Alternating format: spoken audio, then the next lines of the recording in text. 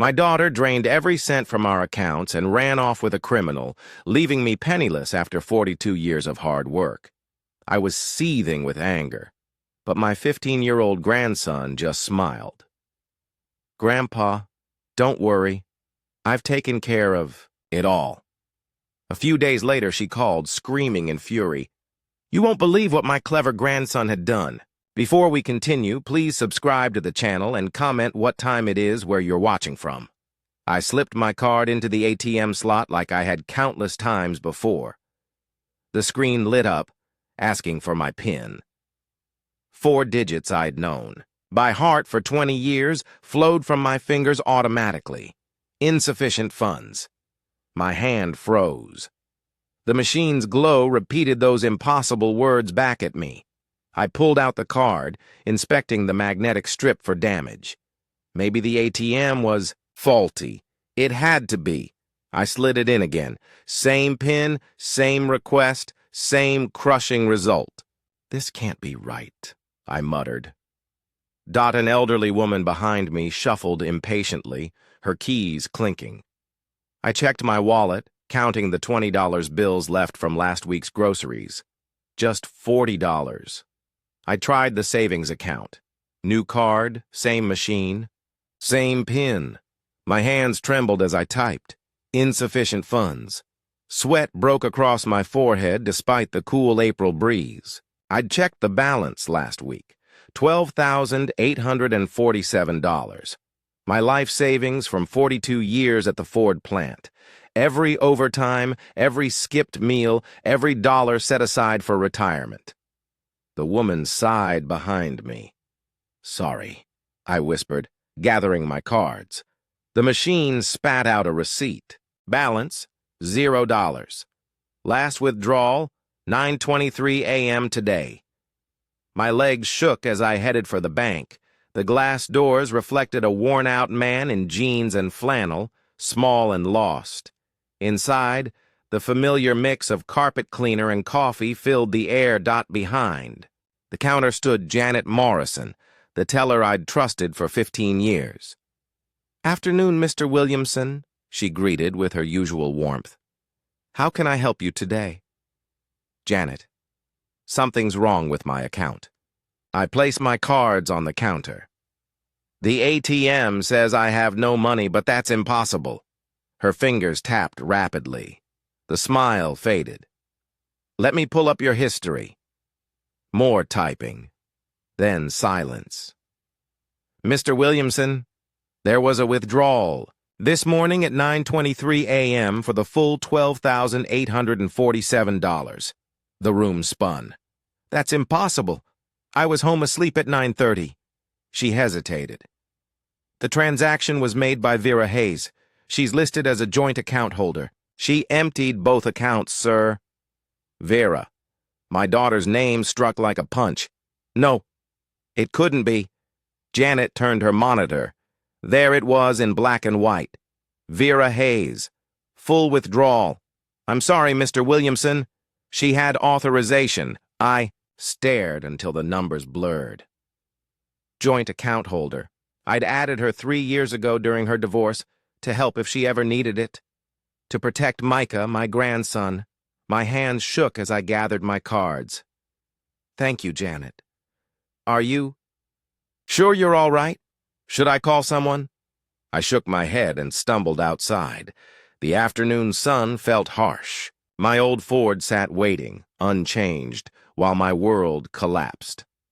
I pulled out my phone, scrolling to Vera's number. My thumb hovered. There had to be an explanation, an emergency with Micah. Something. She wouldn't steal from me. She couldn't. I called. 5 rings. Voicemail. Her voice cheerful, distant. "Hi, you've reached Vera. Leave a message." I tried again. 5 rings. Voicemail. Again and again, gripping the steering wheel in the parking lot as life carried on around me. Finally, on the 6th try, she answered. "Dad, I know why you're calling." Her tone was cold, detached. "Vera, honey, what happened?" "Janet said you withdrew everything this morning, but that can't be right." Silence. the sound of a highway in the background. Then, it's exactly right. I took it all. Titus and I are starting over somewhere new. The phone nearly slipped from my sweaty palm. But sweetheart, that's everything I have. My retirement. How am I supposed to live? You'll figure it out. You always do. Vera, please. If something's wrong, we can work this out. Come home. Bring Micah. We'll fix it together. A harsh laugh crackled through. There's nothing to fix, Dad. I deserve this money. More than you. I've spent my whole life caring for others. Now it's my turn. What about Micah? His school, his friends? He can't just vanish. He's with me. He'll adjust.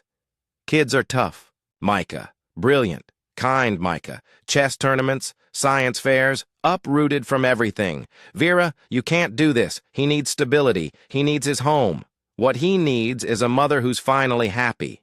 Not trapped in this dead-end town with dead-end jobs, scraping by while others live. I gave you enough. When you divorced Jimmy, who covered your lawyer? When you couldn't pay rent, who helped?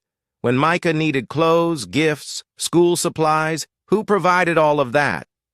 And I'm grateful. This is me paying you back by taking what I need to build a better life. The words didn't add up. My head pounded as I pressed my hand to my temple. Sweetheart, please, come home. We'll talk. If you need money for something specific, we can work something out. There's nothing to work out. Titus and I are already 3 states away. Don't try to find us. The call ended. I redialed instantly, straight to voicemail. Again, the same. On the 3rd try, a message. The number you have dialed is not in service. She'd blocked me. I sat in the truck staring at the screen. My daughter had stolen my life savings and vanished with my grandson. No warning, no talk, no goodbye to the boy I'd helped raise for 15 years. The parking lot spun around me. I grabbed the door handle, fighting nausea. 42 years of saving, gone in a single morning. The baby I'd held, the girl I taught to ride a bike, the bride I'd walked down the aisle had just erased me without hesitation. My fingers shook, turning the key. The old Ford coughed to life. At least something still worked. Pulling onto Main Street, I rolled past the hardware store, the diner, the shops that had framed my life for decades. Everything looked the same, yet I was a stranger here. The man who'd parked at the bank an hour ago no longer existed. I needed time before going home. Time to absorb what had happened. Time to think how to survive with $40 left. I drifted through neighborhood streets. On autopilot, muscle memory steering me past landmarks.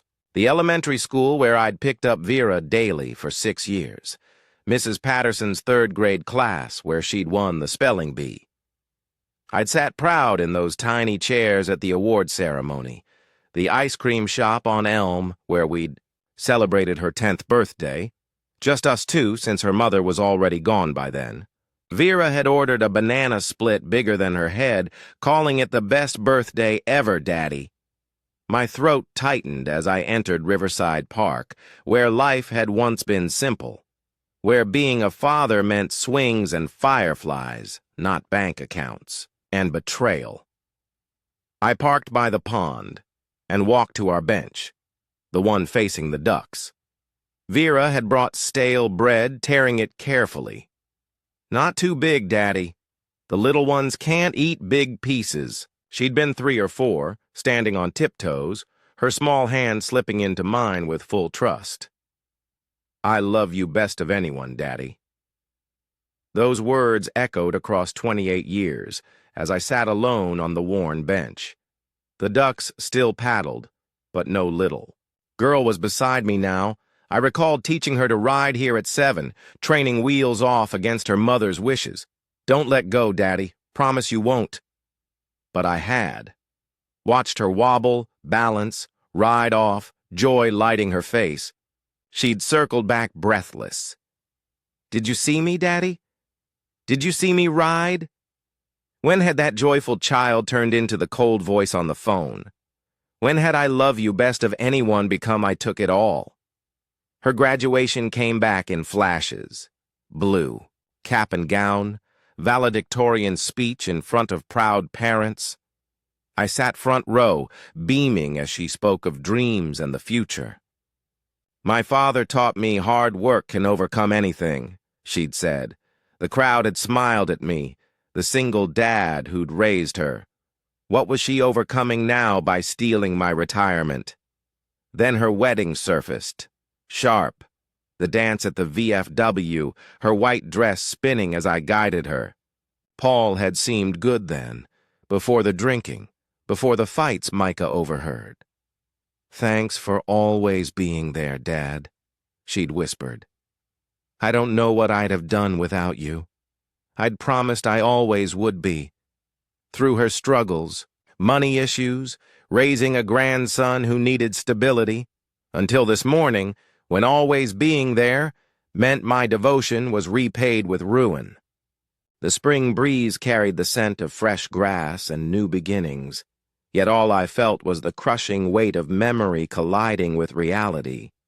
Every sacrifice I'd made, every extra hour I'd worked, every careful dollar I'd saved, all justified by love. Love for a daughter who had just proven it meant nothing to her. Where had that little girl gone? The one who held my hand tight and called me the best daddy in the world. When had she learned to lie so effortlessly? To plan betrayal while looking? Me in the eye and asking for rent money? I brushed my eyes with the back of my hand and rose from the bench. The ducks kept paddling on, indifferent to human pain. Some things remained steady. At least that still made sense, Dot. As I walked back to the truck, my reflection caught in the side mirror. Same flannel shirt, same weathered face, but something fundamental had shifted. The man staring back was discovering that love could be twisted into a weapon by the very people who mattered most. I drove slowly home, dread pressing heavier with each mile. Micah's backpack would still hang by the front door, his chess set still spread across the kitchen table where we'd wrestled with. A tough endgame. All reminders of a life I thought was solid and meaningful. My key lingered at the lock. How do you step into your own home when everything you believed about your family has shattered? How do you face a grandson who doesn't yet know his mother has abandoned him? The key turned, and I entered what was left of my old life. Inside. Nothing had changed, and yet everything had. I hung my jacket on the wooden peg I'd used for 23 years. The living room stretched before me, filled with furniture that had held decades of family moments, now hollow with loss. Photographs lined the mantel like evidence in a trial I was only beginning to grasp. I moved toward them, drawn to faces, smiling from a past I could no longer trust. The largest frame held Vera's wedding photo from 13 years ago. Her glowing in lace, me in my one good suit, both of us believing in futures that would never come true. My hands trembled as I lifted it. Back then, Paul Hayes had seemed like a prize. College-educated, steady job at the insurance company, polite and respectful when we first met. I'd walked my daughter down the aisle at St. Matthew's, proud to give her to a man who promised to protect her. 3 years. That's all their marriage lasted before the cracks appeared. I sank into my worn leather chair, perfectly placed for watching TV and keeping watch on the door. The wedding photo sat heavy in my lap as memories returned with painful clarity. The signs had been small at first. Paul's comments about Vera's cooking during Sunday dinners. "Honey, the chicken's a little dry. Maybe next time." "Always," said with a smile, always followed by laughter. But I saw how Vera's face tightened each time. Then came the financial control. She had to justify every grocery receipt, every dollar spent. I watched my once confident valedictorian daughter shrink into someone who apologized for buying Micah new shoes. But one morning seared into me forever. October 15th, 2022, a Tuesday. I was reading the paper over coffee when the doorbell rang at 7:30. Vera stood there in yesterday's clothes, her left eye swollen shut, purple. 3-year-old Micah clung to her leg, silent with the fear children carry when the world turns violent. "Dad," Paul hit me again. "Please, can Micah and I stay?" "Here again?" The word again cut deep. How many times had it happened without me knowing? "Of course, sweetheart. You're always welcome here." No hesitation, no questions, just open arms, my home, my heart, to shield them from Paul's violence. That's what I always did. Every time Vera needed saving, I saved her. Every time she needed money, I gave it. Every time she stumbled, I picked her up. Every time she asked for help, I said yes. When Paul emptied their joint account before she could file for divorce, I hired the lawyer. When she couldn't make rent, I covered it. When Micah needed school supplies, sports gear, birthday parties, I provided it all. I never complained. I loved being needed, loved being the dependable father who could fix any crisis, patch any wound, fill any gap. Being Vera's safe harbor gave my retirement purpose and meaning. But somewhere in all that unconditional giving, I'd taught her that taking from me carried no cost, that my resources were hers by right instead of gift, that my love excused her from responsibility for her choices. I stared at the wedding photo, studying Paul's confident smile. He'd been a taker too, in his own way.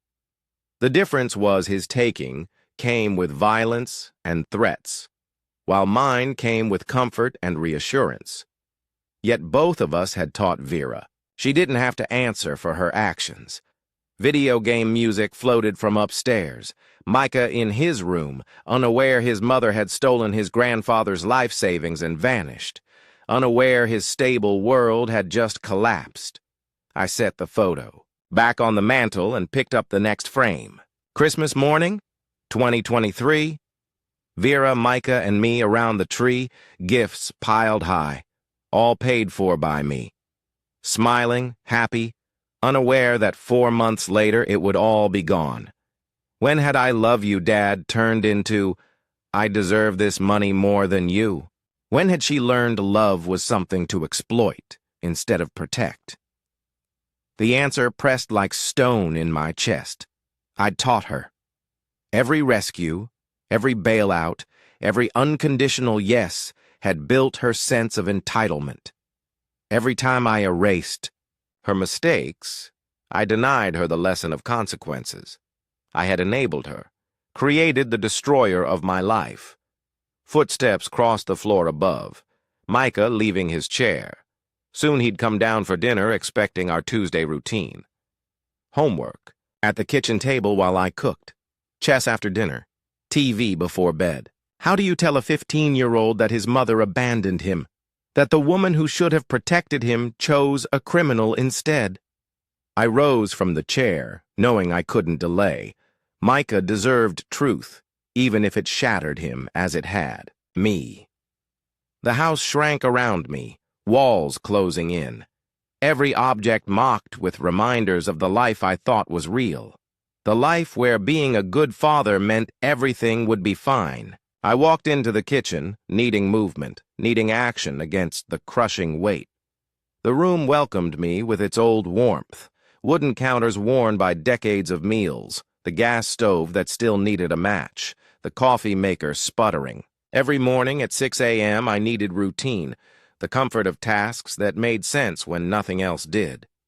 I pulled beans from the freezer, measured them into the grinder. The sharp whir filled the silence, drowning the game sounds upstairs for 30 seconds of peace. Water at the tap, filter set, grounds measured with ritual precision. As the brew began, my eyes fell on the table. 4 scarred oak chairs, each alive with memory. Micah's by the window, his homework spot, mine at the head, across from me, Vera's chair, where just 4 months ago She'd introduced the man who would end us.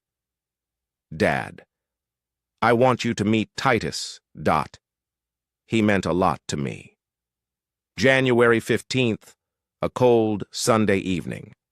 I'd been cooking pot roast, filling the house with the comforting aroma of home-cooked food. When Vera brought her new boyfriend home for the first time, Titus had entered my kitchen in a black leather jacket despite the winter chill, motorcycle boots leaving scuff marks on my clean floor, and a smile that never fully reached his eyes. Dark tattoos crawled up his neck, speaking of prison time and bad choices.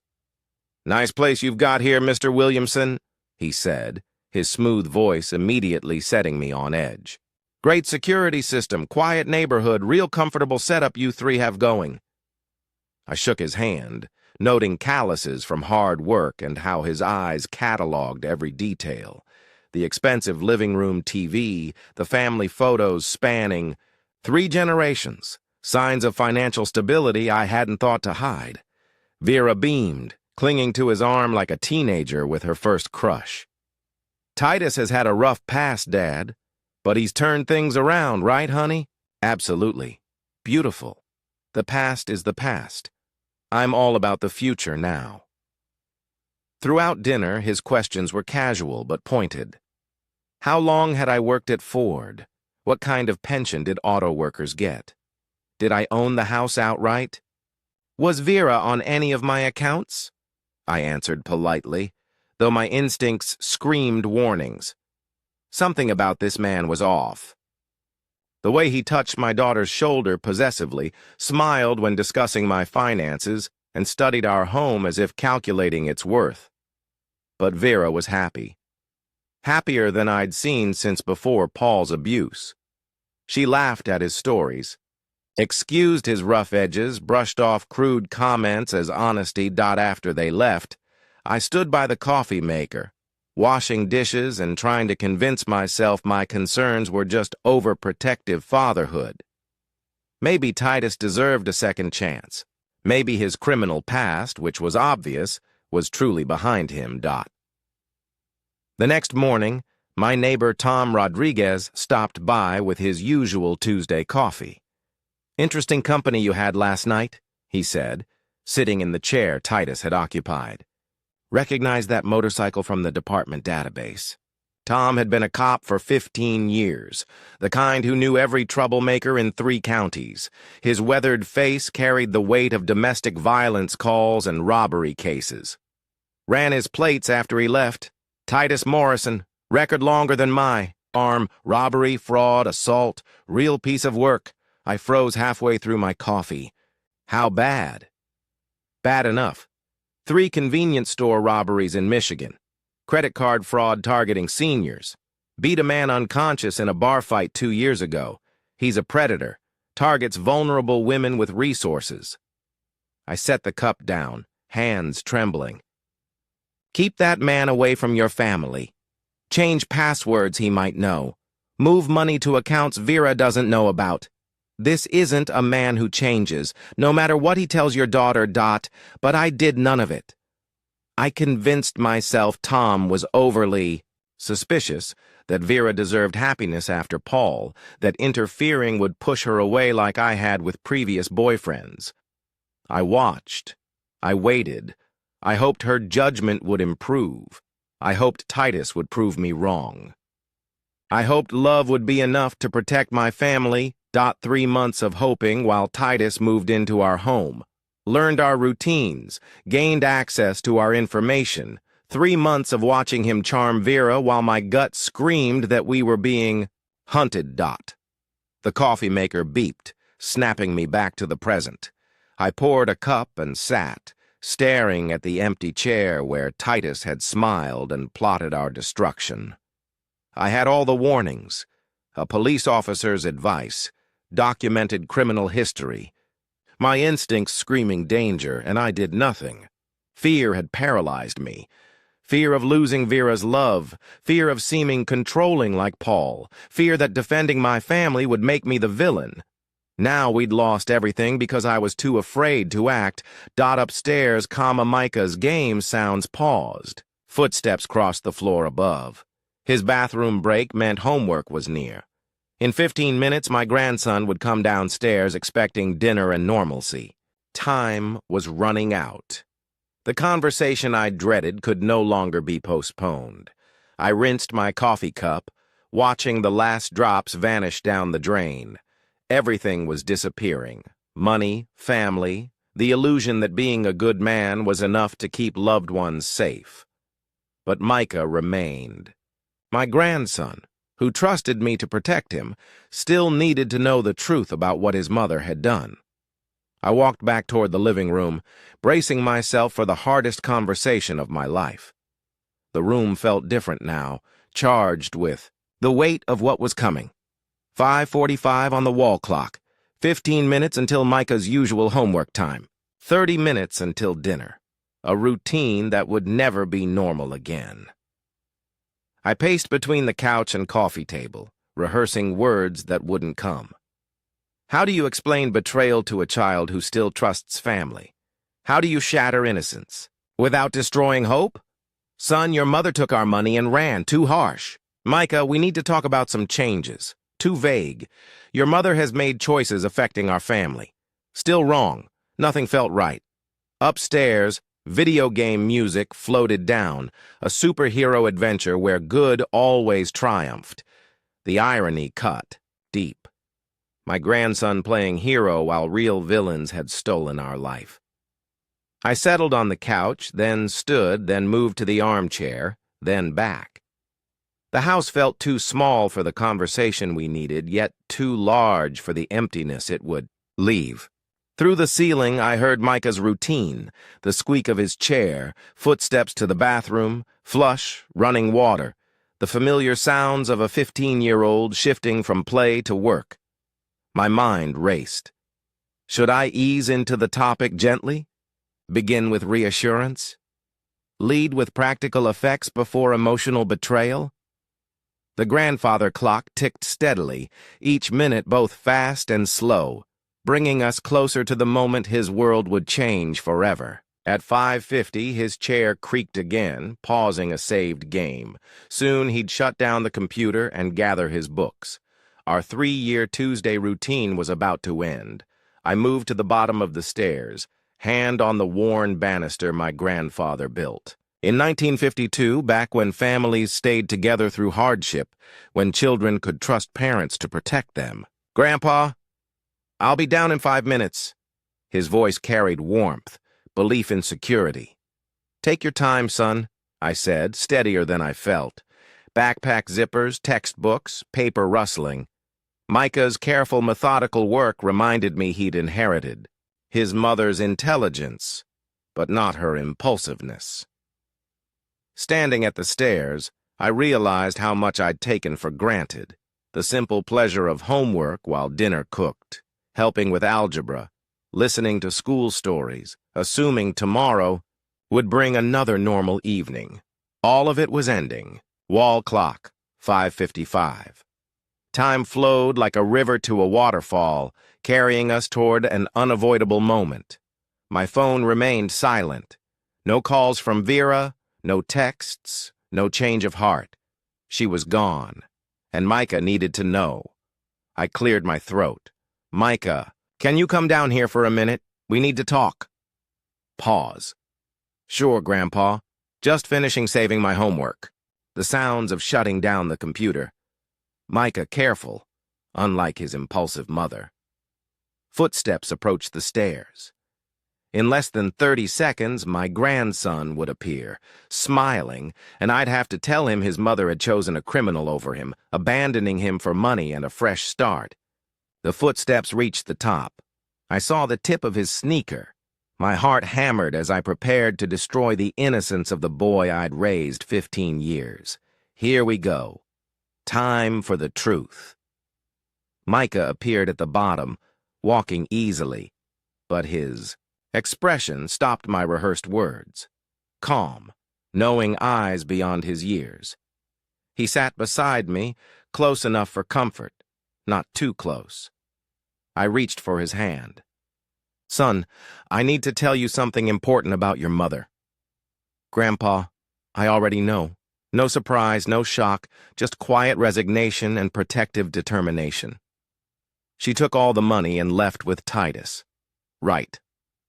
The words hit like cold water. My mouth opened, then closed. When did you find out? I heard them planning it Monday night. Micah faced me directly, serious beyond his years. I was getting water around midnight and heard voices in Mom's room talking about bank, accounts, and getting away clean. My mind spun back. Monday night. While I slept, trusting our family was safe, my daughter plotted destruction down the hall. You've known since Monday. The timeline made my head spin. But you went to school yesterday, did homework, ate dinner. With me. I couldn't tell you then. Micah's voice gained strength, reasoned. I needed time to figure out how to fix it first, and I wanted you to have one more normal day. He stood and walked to his backpack. My grandson carried this burden alone for 36 hours, protecting me, while I worried about protecting him. Don't worry, Grandpa. Micah returned with a manila folder and papers. I already handled it. Handled what? He spread the papers on the table, methodically. The first sheet. A grainy black and white photo from a school printer, a mugshot of Titus with "Wanted" in bold. Titus robbed Murphy's Corner store last Tuesday, April 1st. Micah pointed to the date. I found this on the Columbus Police Department website. I stared at the familiar face. The same man at my kitchen table asking about my pension, the same man my daughter had chosen over family safety. Where did you get this? Printed it at school yesterday during lunch. Mrs. Henderson lets us use the computer lab. Micah flipped to the next page, handwritten notes in neat script. After hearing their plan Monday, I researched everything about Titus Morrison. Dates of previous arrests, news articles, cross-references between criminal cases. My 15-year-old had conducted a more thorough investigation than I ever could, and I know exactly where they went. Micah pointed to an address at the bottom, 2847 Lane Avenue, Columbus, near OSU. I overheard Mom mention it when they thought I was asleep.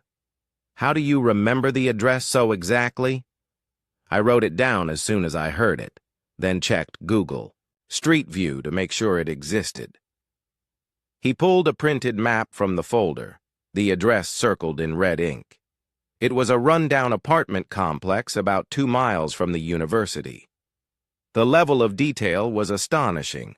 Maps, criminal records, timeline analysis, even photos of the building he'd found online. Micah had approached this crisis with the methodical precision of a detective, all while keeping up the appearance of an ordinary teenager.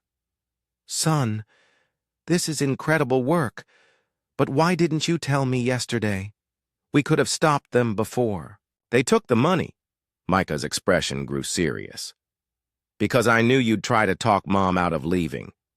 You always try to fix things for her, even when she doesn't want them fixed. If she'd stayed, she'd just find another way to take advantage of you later. The truth stung more than I wanted to admit. He was right. If I had known, I would have confronted Vera, tried to reason with her, maybe even offered some money, voluntarily just to keep the family together. But Micah had done something far better.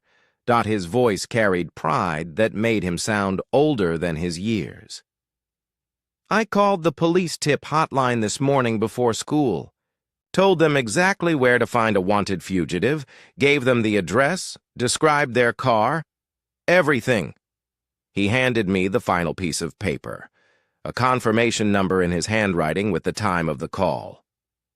9:45 a.m., Tuesday, April 8th, anonymous tip regarding Titus Morrison, wanted for armed robbery. I sank into the couch cushions, overwhelmed by what my grandson had accomplished. While I stumbled through the day in shock and confusion, he had executed a plan that could bring justice and recovery to our family. Micah, you're braver and smarter than anyone your age should have to be. I learned from watching you, Grandpa. he said, calm and honest, no boasting. You taught me that when someone threatens your family, you protect them. That's what I'd been doing, but he'd protected me better than I had ever managed.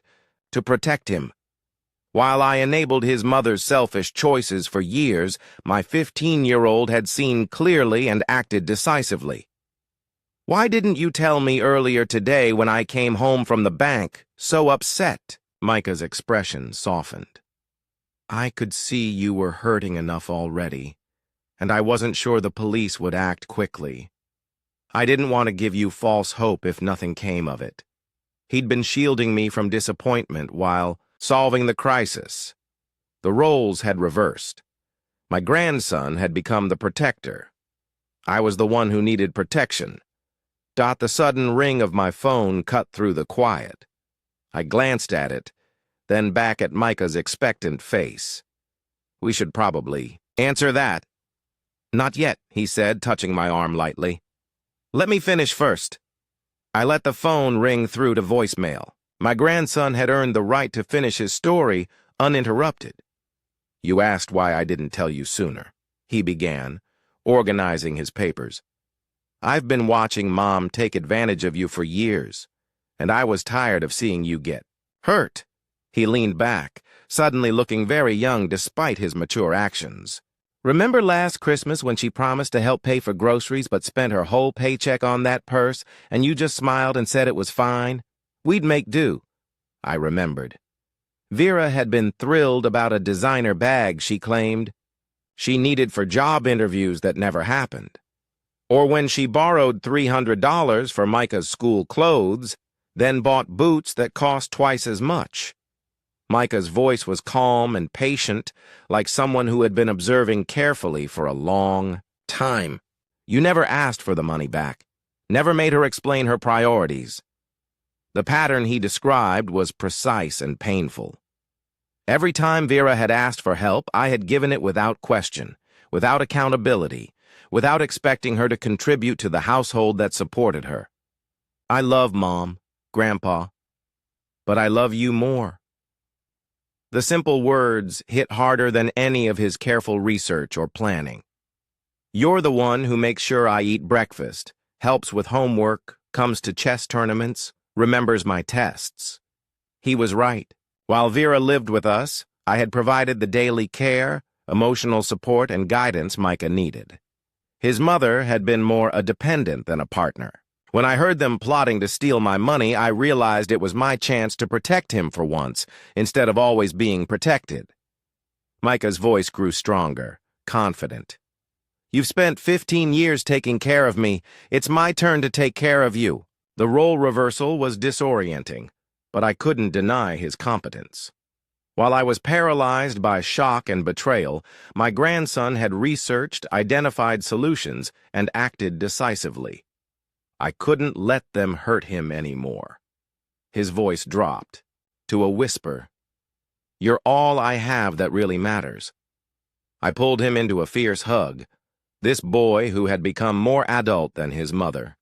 His arms held me tightly, and for a moment we were just grandfather and grandson clinging to each other amid the wreckage of our family. We're going to be fine, I said against his head. Just you and me. We make a good team.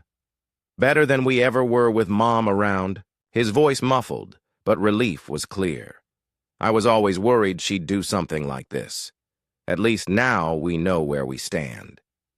Tears came as we separated, more relief than sorrow. The crisis stripped illusions, but revealed what remained. So what happens next? He asked, settling beside me. If the police arrest them, do we get the money back? I don't know the legal process, I admitted. But even if we don't recover a penny, we'll manage. I have my pension. You have a good head on your shoulders. Between us, we can handle whatever comes next. Micah nodded, practical concern in his eyes. 15-year-olds shouldn't worry about finances, but this one had earned honesty. Are we going to have enough? He asked quietly. For groceries, utilities, everything? Immediate, practical concern revealing his understanding of our new reality. I started to answer, then paused as a memory surfaced, something I'd forgotten, amid the chaos that could ease some of his worry. You know what, Micah? I stood, energy returning. I just remembered something upstairs. His curious eyes followed. What kind of something, Grandpa? I smiled for the first time since seeing the empty account. The kind of something his mother never knew existed. Wait here, I told him, heading for the stairs. Should I come? He asked. Actually, yes. You should see this. Climbing the stairs. Felt lighter despite the long day. Micah followed close, taking 2 steps at a time to match my urgency. My bedroom at the back corner of the 2nd floor, modestly furnished with practical pieces that had served me 23 years. Double bed with seatbelts, worn oak frame, dresser with family photos and necessities, nightstand with reading glasses, small digital clock waking me at 6 a.m. What are we looking for? He asked. In the policy. I reached under the bed, feeling for the metal storage box I'd placed there. 2 years ago. Not the kind you buy, the kind you make yourself. The box slid out easily, heavier than it looked. Plain gray metal with a simple latch, the type of fireproof storage sold at office supply stores for important documents. I'd bought it for this purpose, hoping I'd never need what it held. I carried it to the bed and set it on the faded blue comforter. Micah watched eagerly as I reached behind the framed photo of his grandmother on the nightstand and pulled out a small key. Your mother walked past this room every day for 3 years, I explained, unlocking the box.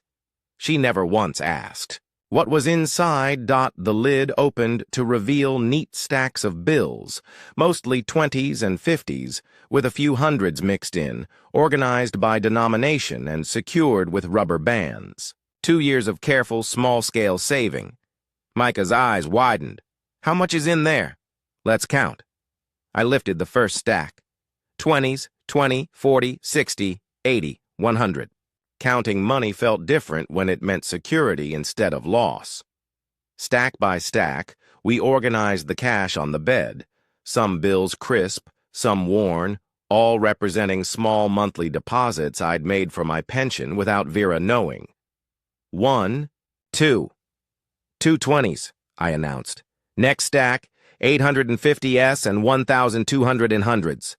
I recounted the last stack to be sure. Total. $3,200. Micah stared, disbelief on his face. You've been hiding this all along. Not hiding, protecting.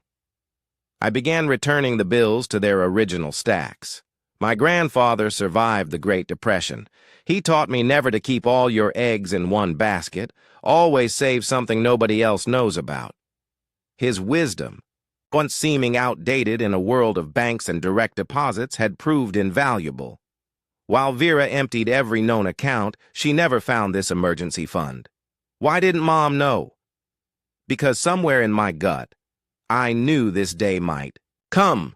The admission was painful but necessary. I loved her, but I'd watched her selfish choices for years. Something in me knew she needed limits on access to my resources. Micah helped return the money to the box, careful and respectful.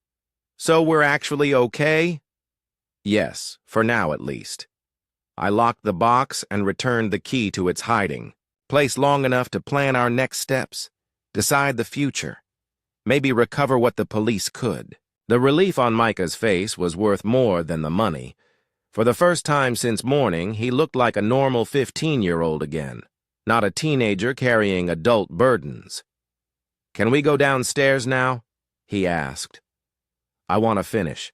Setting up the chess game we didn't play. Chess, the normal evening ritual we'd kept for 3 years, the routine that signified stability and connection. Perfect after a day of crisis. Absolutely. Let's put this back. Then see if your endgame strategy has improved since last week. Carrying the box down the stairs felt like moving from crisis into recovery. The house still held the same furniture, Photographs, memories of life with Vera, but now it felt like a home for two instead of three. And somehow more honest. In the living room, Micah set up the wooden chessboard with practiced efficiency. Placing pawns and major pieces was exactly the normalcy we needed. I set the storage box on the mantel beside the family photos. A reminder that security and planning could coexist with love. Then I sat in my usual chair across from Micah. Move, Grandpa! Before I could touch a piece, the phone rang, sharp and insistent. The chess pieces sat abandoned as I stared at the ringing phone. 8:30 p.m., late for casual calls in our quiet neighborhood. The old rotary's ring cut through the silence we'd finally reclaimed. Micah met my eyes, understanding immediately who it was. I rose and lifted the heavy receiver. "Hello, Dad. How could you betray me like this?" Vera's voice exploded through the earpiece so loud Micah could hear it across the room. "Titus is arrested. The police took everything. How could you do this to me?" I held the phone slightly away, signaling Micah to stay calm. He needed to hear this, to understand the consequences of his brave actions. But he also needed protection from his mother's rage. "Where are you, Vera? Are you safe?" "Safe? I'm broke and alone because of you." Her voice cracked with fury and desperation. "The police knew exactly where to find us. They had our address, knew about the money, everything. You called them, didn't you? Don't lie to me." The moment had arrived. I could expose Micah's involvement, shift the blame to a 15-year-old who acted out of love and protection, or shield my grandson from his mother's wrath by taking responsibility myself. Yes. The word came steady and clear. I dialed. Silence stretched across the line. Then Vera's voice returned, lower, more dangerous. "I can't believe you'd turn your own daughter in. You stole my life savings and ran with a criminal." I kept my voice calm and factual. "That money was all I had, Vera. You took everything I'd worked 42 years to save. It was just sitting there, unused. My retirement fund, my security, my backup for medical emergencies and unexpected expenses. Each word hammered into the coffin of our relationship. You had no right to take it. I'm your daughter. I deserved better than that tiny town, dead-end jobs, never getting anywhere." The self-pity was as familiar as it was infuriating. Titus could have given me a real life. We could start over somewhere new with stolen money and a man wanted for armed robbery. People can change, Dad. I looked at Micah, listening intently, learning hard lessons about loyalty and responsibility. My grandson risked everything to protect me from her selfishness, and now she demanded sympathy for her own choices. The money is gone. Vera confiscated it as evidence. Titus is in jail. You're exactly where your choices led you. All your fault. Her voice rose to a shriek. I'm homeless, penniless, because you wouldn't let me be happy. I couldn't let you destroy our family.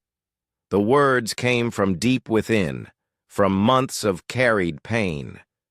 You abandoned your son, stole from your father, ran away with a criminal. Those were your choices, not mine. Through the phone, traffic noise hinted she was calling from a payphone or someone else's cell, public, with nowhere to go, no money for basics. The reality of her situation was catching up. Still, she blamed everyone but herself. You've ruined everything, she screamed. This was my chance at happiness, and you destroyed it. I held the phone away as her voice rose. Micah stood just behind. Me, silent support. His presence gave me strength. I protected my family, I said quietly, from you. Silence, broken by her ragged breathing. When she spoke again, cold, controlled. This isn't over. What do you mean this isn't over? I asked, unsure I wanted the answer. I mean, you haven't heard the last from me. She had shifted from rage to calculated calm. I'm stranded because of you. I need money to get back on my feet. The money you stole is gone, confiscated by police. I can't help you. You have other money, your pension, savings I couldn't access. Send me something. Anything. I'm your daughter. The plea carried the manipulative tone she'd perfected, convincing me to pay rent, lawyers, credit cards, training me to enable without question. But not tonight. Not after everything. No. The word hung between us like a slammed door. What do you mean, no? Disbelief in her voice. I'm homeless. Nowhere to go. Then you should have thought about that before stealing from your family and running with a criminal. I was steady. Those are the consequences of your choices, Vera. You can't just abandon me. I'm your child, and Micah is your child. I looked at my grandson, proud and amazed. The child she abandoned without a second thought. The boy she'd drag into crime and uncertainty for a fresh start with a man who beats people unconscious in bar fights. Silence. That's different. Micah is 15. He can take care of himself. A child needing stability, security, and adults prioritizing his welfare over selfish desires. The words came from months of frustration and disappointment. Everything you've shown proves you can't provide. I could have provided plenty if you hadn't interfered. Titus had plans. Titus is a career criminal who robbed a convenience store a week before you stole my money. His plans involved funding more crime. I felt Micah's hand on my shoulder, giving me courage. I won't enable that life for you or anyone else. Fine. Then I'll figure it out myself. But don't expect me to come crawling back when you change. Your mind. I hope you do figure it out, Vera. I hope you build a legitimate life, make amends, maybe earn back trust someday. My voice caught slightly. But I won't send you money to make bad choices easier. You choose money over your daughter. I choose my grandson's welfare over your wants. I choose responsibility over enablement. I choose to break a pattern that hurt all of us, including you. Her breathing grew labored. Vera was crying, but angry, not remorseful. If that's how you want it, fine. Don't expect to see me again. No calls, letters, visits. Don't expect to meet future grandchildren. You chose, I'm choosing. The ultimatum was meant to wound, to scare me into reconsidering. But sitting with Micah, surrounded by evidence of the stable, peaceful life we'd begun, the threat felt more like a promise than punishment. If that's your decision, Vera, I'll be sad, but I'll understand. The door remains open if you return under different circumstances. If you're ready to be accountable, make amends, contribute instead of taking. You mean if I'm ready to crawl back on my hands and knees and beg forgiveness for trying to build a better life? I mean, if you're ready to admit that stealing from your family and abandoning your son were wrong choices that hurt people who loved you, if you're ready to earn trust instead of demanding it. Well, I'm not ready for that, and I never will be. Her voice was cold and final. The daughter I'd raised, taught to ride a bike, walk down the aisle, rescued from an abusive marriage, was choosing to cut herself out of our lives permanently, rather than face the consequences of her actions. I love you, Vera. I always will. But I won't enable your destructive choices anymore. Save it for someone who cares. The line went dead with the harsh click of a slammed receiver. I stood holding the silent phone, processing the finality. 38 years of being Vera's father had ended with a dial tone. Micah's arms wrapped around me from behind. A 15-year-old, offering comfort to his grandfather in the aftermath of losing a daughter. I set the phone down and embraced him fully. We both understood that our family dynamic had just become permanent. We held each other in the quiet living room, surrounded by chess pieces, family photos, and the familiar comfort of a home that had weathered its worst storm and come through stronger. 2 months passed like pages in a book of ordinary days. Spring gave way to early summer, and the crisis of April became a distant memory, rarely intruding on our routine. Micah finished his sophomore year with grades any parent would be proud of, his best semester since middle school, achieved without the constant stress of his mother's financial and emotional demands. I discovered the joy of full-time grandfathering. Cooking breakfast each morning, helping with homework every evening, attending school events without worrying that Vera would show up and cause chaos. We developed our own rhythm: grocery shopping on Tuesdays, chess lessons on Thursday evenings, weekend projects around the house that Micah approached with the enthusiasm of a child finally secure in his life. The $3,000 I'd hidden proved enough for our careful lifestyle. My pension covered basic expenses, and Micah contributed with a summer job mowing lawns in the neighborhood. He grew taller over those 2 months, more confident, carrying himself like a young man aware of his place in the world and the value of his contributions. We rarely spoke of Vera. Her absence became as natural as her presence had once been disruptive. The house felt larger without her constant crises, more peaceful without the tension of anticipating the next emergency, draining our resources or emotional reserves. On Thursday afternoon, June 6th, I sat in my usual chair reading The Riverside Herald while Micah worked on his summer reading at the kitchen table. The windows were open, letting in warm air and the song of birds in the maple tree outside. Our domestic tranquility had become so routine I nearly forgot how precious it was. Then a loud knock on the front door shattered the calm like a rock through glass. Micah and I looked up, startled. Unexpected visitors were rare, and most neighbors called ahead. The knocking came again, more insistent, as if whoever stood on the porch refused to be ignored. I glanced at the clock. 4:00 p.m. Too early for dinner guests, too late for morning deliveries. Who could that be? I asked, more to myself than to Micah. Maybe it's the mailman, Micah suggested, though we both knew the mail had already been delivered. I rose from my chair and approached the front window, angling myself to see the porch without being seen. What I saw froze me in place, my hand gripping the curtain.